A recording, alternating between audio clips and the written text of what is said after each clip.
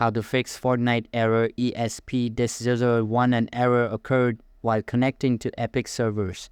Hey everyone, welcome back. In this tutorial, I'll show you how to fix Fortnite error code ESP-DIST-001.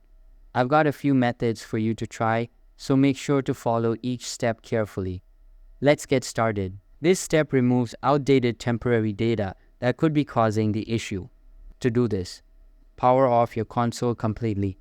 Unplug it from the power source. Wait for at least 30 seconds. Plug it back in and turn it on. Sometimes, a simple reboot works wonders. Restart your console or PC and also reboot your router to ensure your connection is fresh and stable. An outdated version of the game can cause errors like ESP-DIST-001. Check for updates and make sure Fortnite is running on the latest version available. If none of the above steps work, consider uninstalling and reinstalling the game. This ensures that any corrupted or missing files are replaced with fresh ones.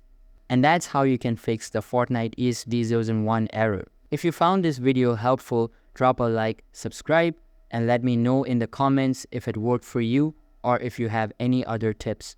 Thanks for watching, and I'll see you in the next one.